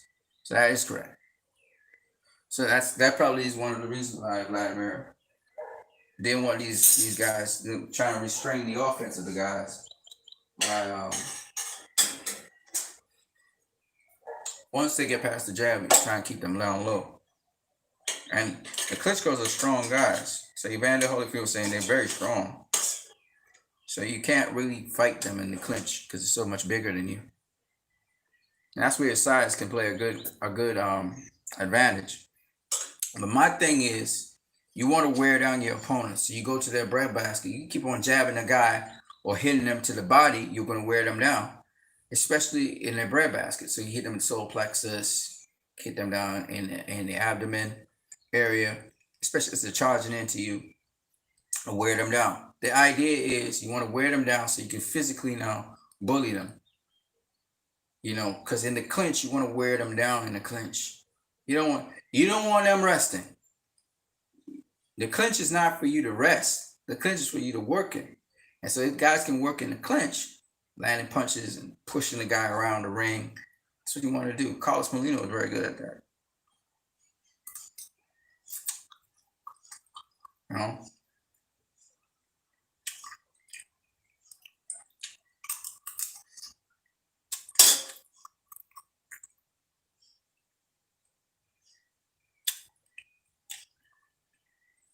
That's how Mike Tyson got headbutted a bunch. There's two ways you can handle that, though. If a guy is shorter than you, you can change levels, come down to his level. So if you're a longer guy than he is, you get low, and you use your jab. Now he can't get lower than you, because it's all about center of gravity. You know who's good at doing that? Josh Taylor. I like how he got below Reggie Prograis and bullied him around.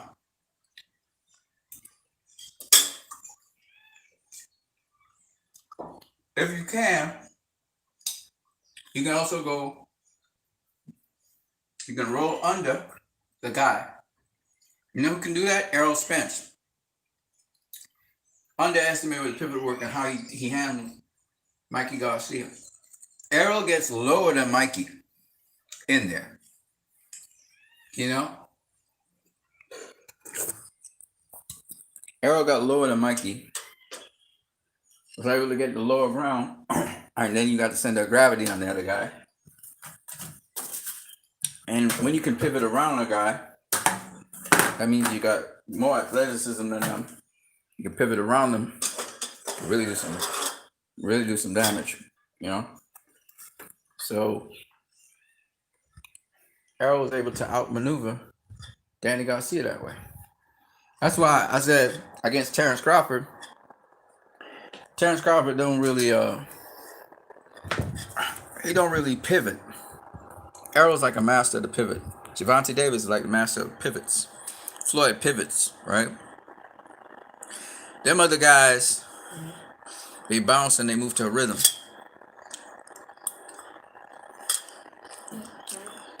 Errol could come to you flat-footed. She could come to you with pivot work. And the advantage of pivot work is it allows you to slip and slide much more easily, or roll in, roll out much more easily. And a big advantage in covering distance. Instead of bouncing or shuffling.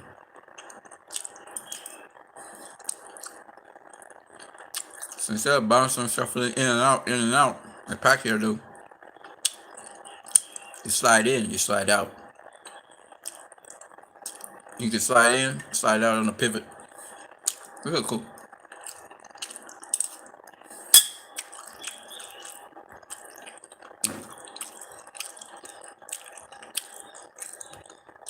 So you don't have to use the clinch on a lower guy.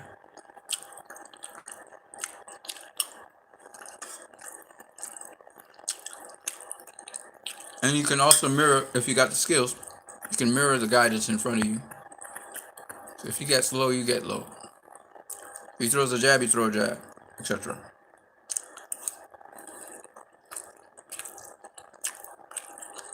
Sergey Kovalev said just out jab the guy.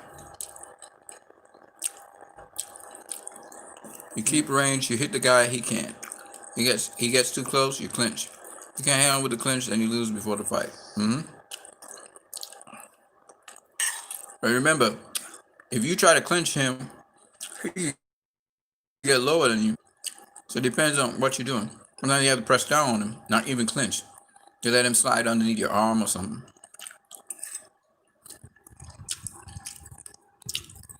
Sometimes you get penalized for locking up. Especially if you're doing it one particular way.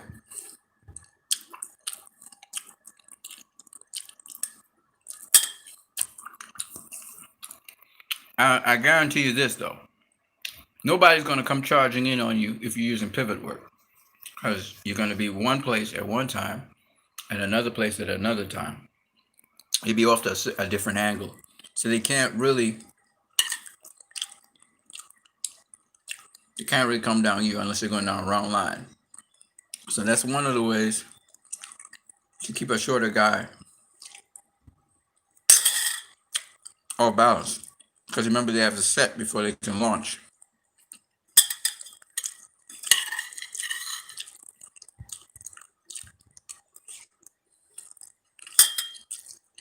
That's how Errol dealt with Sean Porter.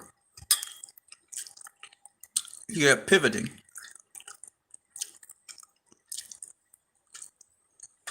That's how Kell Brook dealt with Sean Porter. There's a difference between tying up and clinching. Tying up means you kind of just nab the guy's hand a little bit with your elbow and you release.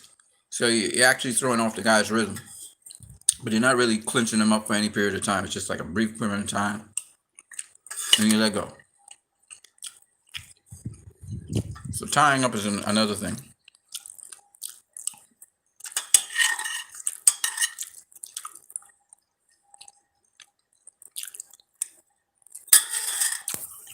So you don't have to lock up a guy to break his momentum. You know?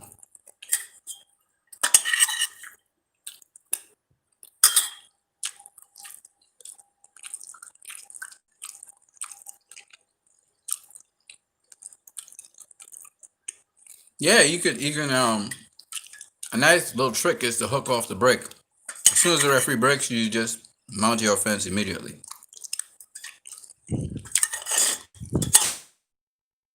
Opponent off balance.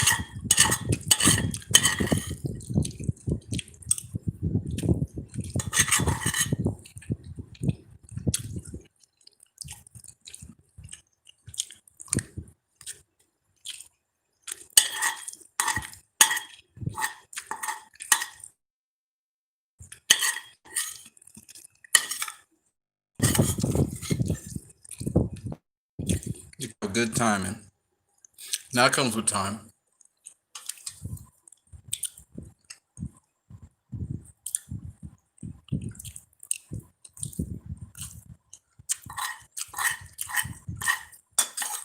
Time your opponent.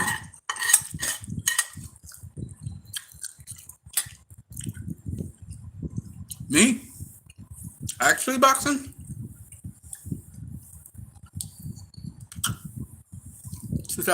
2018 I wanted to do it.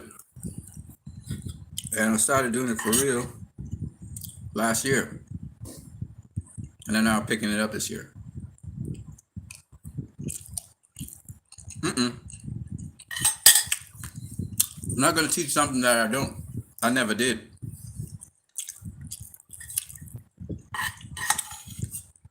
I don't believe in that.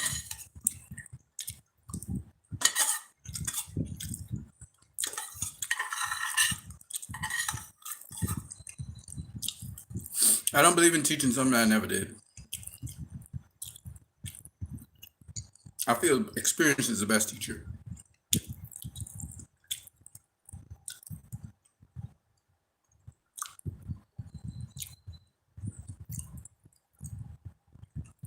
Yeah, but not me. I believe that the best way to learn is through doing. You really don't know what the fuck you're talking about if you haven't done it.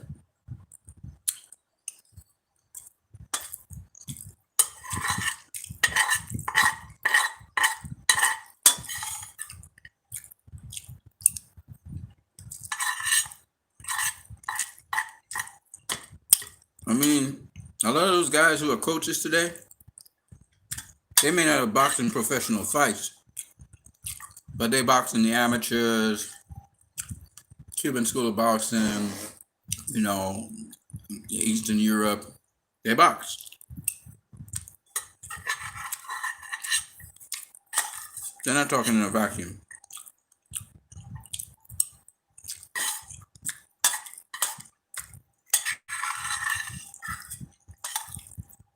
That's why I have a lot of respect for guys like Buddy McGirt, Robert Garcia, um,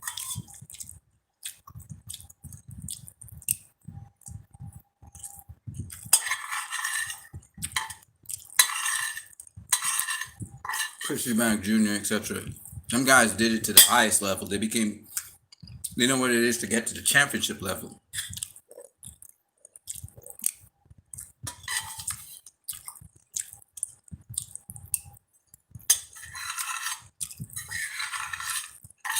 They know what it is to go to the highest level, you know what I mean? So,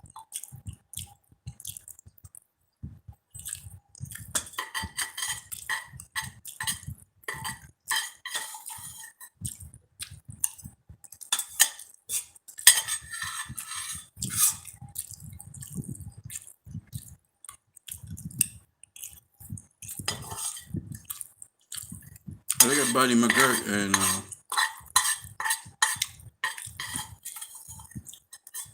fantastic coach.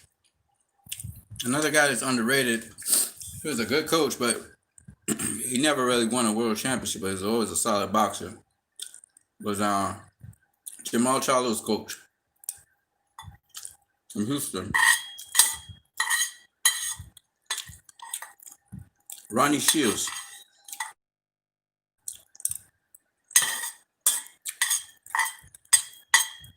Good boxer.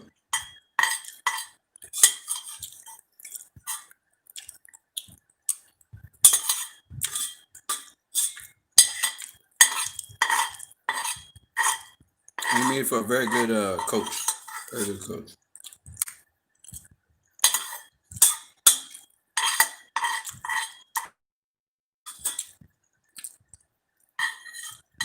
Freddie Roach wasn't. I wouldn't call Freddie Roach a very good boxer.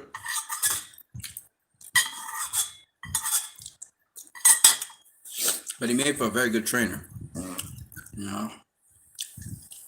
Thanks to Freddie, to Eddie Futch. Eddie Futch was a boxer. Georgie Benton was a great boxer. You know.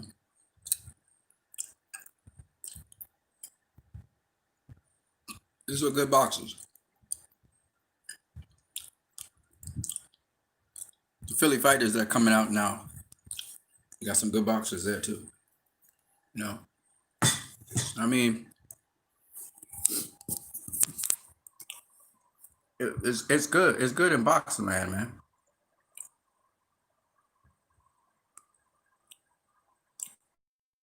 Experience, because certain things that you could just gotta have the experience, I believe, to really understand what a fight is going through. And I think that's the only way to do that is to actually do it.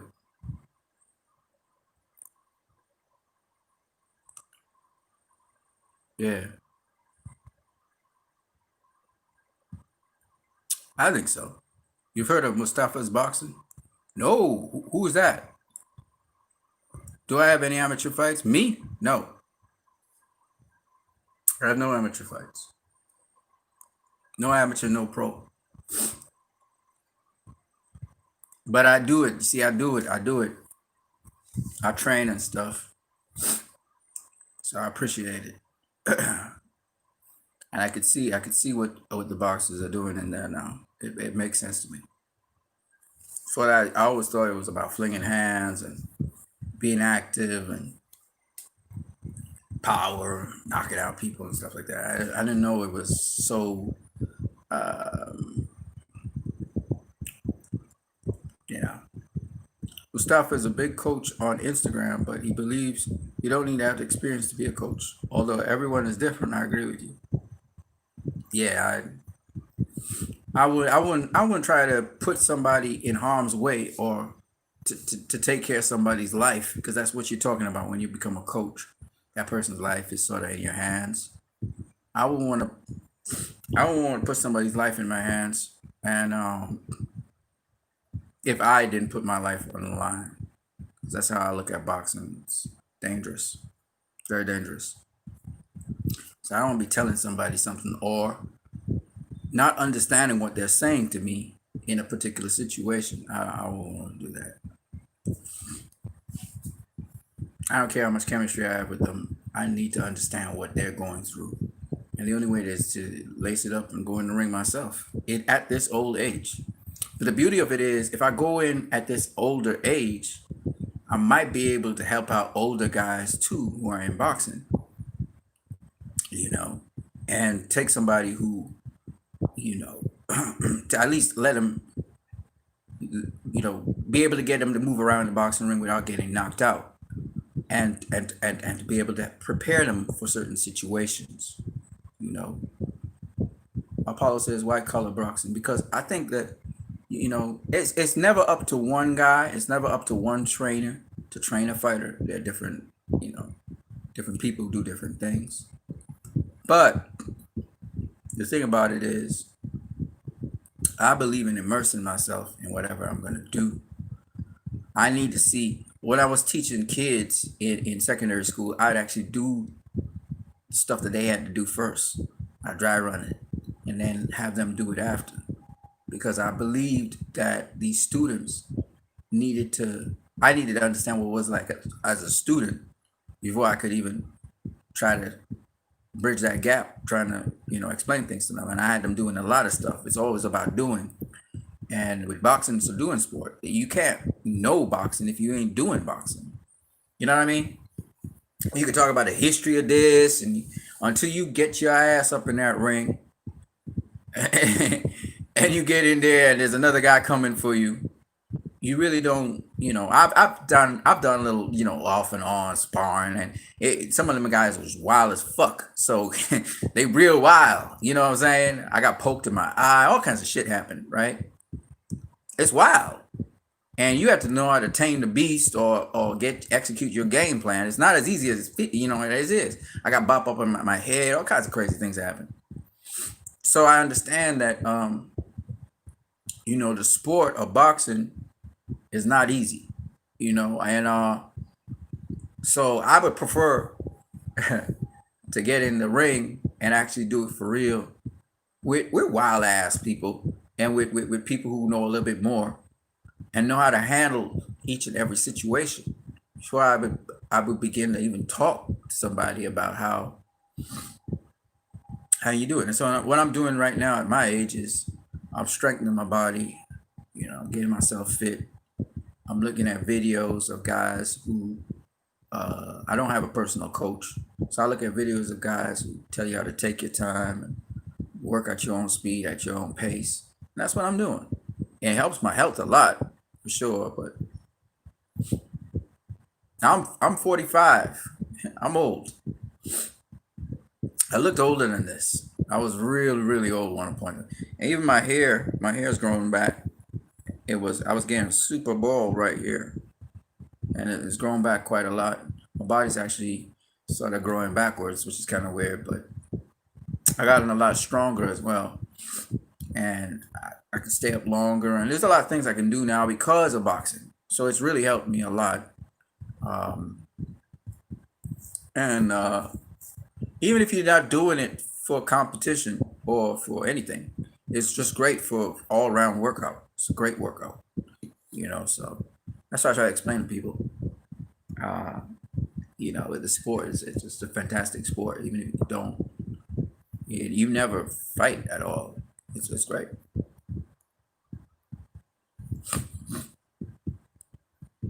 So I'm 45, man. I'm an old guy. But I still want to get in there and do at least, you know, 4-rounder or 8-rounder or something. You know, just something to say, okay, I know what it feels like to be in a professional environment or be in an amateur environment and compete, which is no small feat. You know, every day without resting. Boxing? No, you got to take a rest. You got to take a day off. You can't go nonstop with boxing.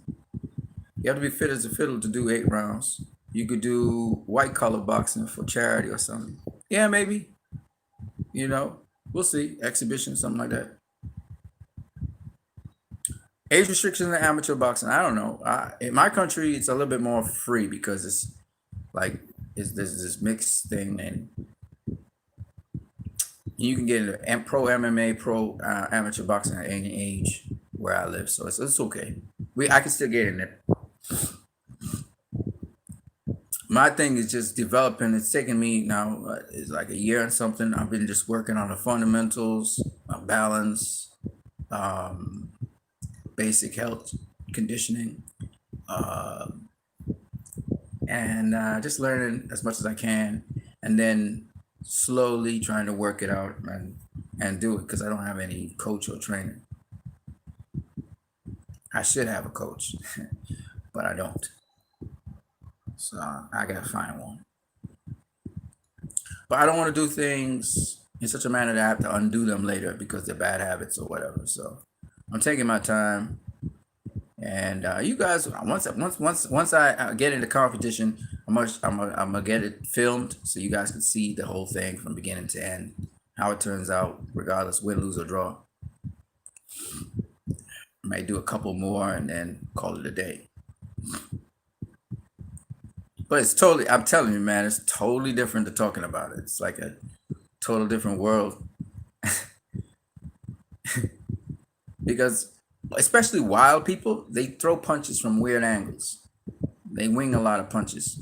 And sometimes the punches are slow as fuck, but you know, they wing them from such a weird angle that you can't get out the way of them. So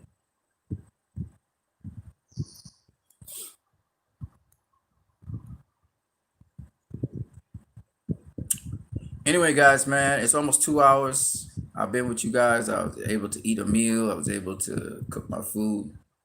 I got some other things to do today. I hope you guys enjoyed this video. Feel free to come through anytime. As soon as the 15th comes, or the day after the 15th, I can again start streaming and have guests on there. You guys can say your piece. Roll on through. We are friendly. We are user friendly unless they're trolls. If they're trolls, we got to kick them off. But other than that, man, you know me. I think I did a session with G-Funky, so you can check him out as well. As we were talking about, Leo Santa Cruz versus Gervonta Tank Davis. It was a good little discussion, man. It was good. It was good. That's what I want. I want you guys to hop on, say your piece, leave. Don't have to agree with it. Just hop on, say your piece, and get out of there. You know, when we have a good old time talking boxing, because there are a lot of exciting things in boxing. I like the sport. I like the sport a lot. It's very exciting. It's it's fun talking about it as well as doing it. So, and you guys can give me updates like what's his name? Hold on.